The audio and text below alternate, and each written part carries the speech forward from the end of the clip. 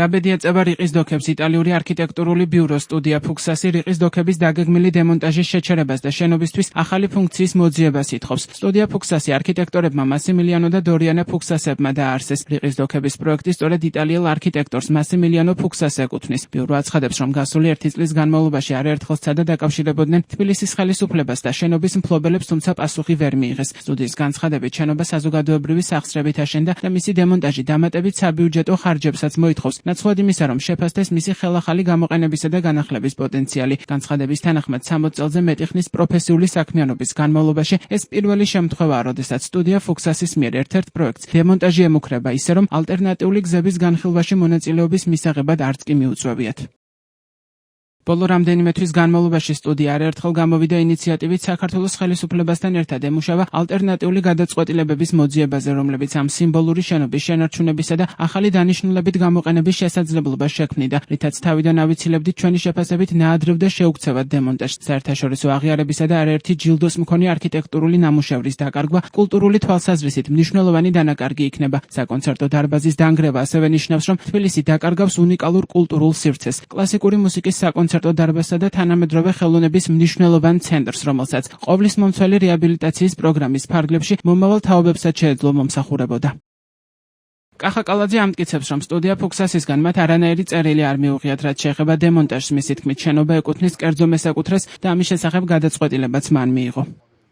არანაირი წერილი არ ყოფილა შემოსული, წერილი რო ყოფილიყო შემოსული, მას ექნებოდა შესაბამისი პასუხი მუნიციპალიტეტის შესაბამისი სამსახურების მხრიდან. აპირებთ მსჯელობას ამ საკითხზე, რომ გადაიხედოს თქვათ დემონტაჟი და მოეძებნოს რიყის დოქებს ახალი ფუნქცია. რიყის დოქებთან დაკავშირებით გადაწყვეტილება მიღებულია. ეს იყო სრულად უფუნქციო შენობა ნაგებობა, აბსოლუტურად გაუმართლებელი, როდესაც თავის დროზე ათეულობით მილიონი ლარი დაიხარჯა ყველანაირად უფუნქციო. და შესაბამისად ის არის ეს კერძო მესაკუთრე. მუნიციპალიტეტს და ხელისუფლებას არანაირი კავშირი არ აქვს აღნიშნულთან დაკავშირებით. თბილისის ყოფილი მერი გიგი უგულავა აცხადებს, რომ ბიძინა ივანიშვილს ნაციონალური მოძრაობის მმართველობის პერიოდში რიყეზე დაახლოებით იქ, სადაც რიყის დოქები დგას, ჩიტის ფორმის გრანდიოზული პროექტის აშენება სურდა. გიგი უგულავა, რომელიც 2005-13 წლებში თბილისის მერი იყო, წერს, რომ ბიძინა ივანიშვილს ამ პროექტის შეთანხმებაზე უარი ეთქვა, რაც ნაციონალური მოძრაობის მთავრობასთან მისი დაპირისპირების ერთ-ერთი მიზეზი გახდა. რიყის დოქების დემონტაჟის გადაწყვეტილებას დღეს ნაციონალურ მოძრაობაშიც გამოეხმაურნენ. ირაკლი ფავლენიშვილის თქმით, რიყის თეატრის ნგრევას საფუძვლად ივანიშვილის პირადი შურისძიება უდევს.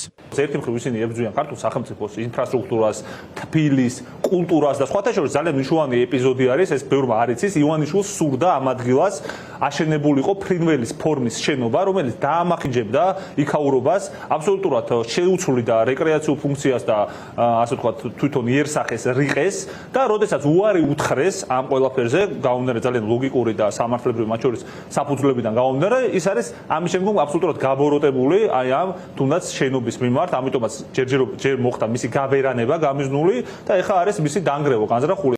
ობიექტს სანამ ხალხის მიერ რიყის დოქები შეერთმეოდა, იქამდე ის მუსიკალური ცენტრისა და საგამოფენო დარბაზის სახელით შენდებოდა. მისი პროექტი იტალიელ არქიტექტორს მასიმილიანო ფუქსას ეკუთვნის. სამშენებლო ხელშეკრულება კი 2011 წლის სექტემბერში გაფორმდა. ამ პერიოდში მედიაში გავრცელებული ინფორმაციით პროექტის მთლიანი ღირებულება 89 მილიონ ლარში ადგენდა, თუმცა ხელისუფლების ცვლილების შემდეგ მისი მშენებლობა შეწყდა, ობიექტი კი დაკონსერვდა. მასზე ფაქტობრივად დახარჯული თანხა 75 მილიონ ლარამდეა. წლების შემდეგ ქართული ოცნების ხელისუფლებამ მისი გაყიდვა გადაწყვიტა, თუმცა დოქები ვერ გაიყიდა. საბოლოოდ 2022 წელს აუქციონზე არაერთხელ გატანის შემდეგ ობიექტი რუსეთში მოღვაწე ბიზნესმენის დავით ხიდაშელის ხელში აღმოჩნდა 10 მილიონ ლარად. როდესაც პირველად გაიტანეს აუქციონზე, მისი ფასი 95 მილიონი ლარი იყო. 2025 წელს ხიდაშელმა რიყის დოქები გაყიდა და მისი ახალი მფლობელი 2025 წლის 25 აპრილს რეგისტრირებული კომპანია რიყე დომი გახდა.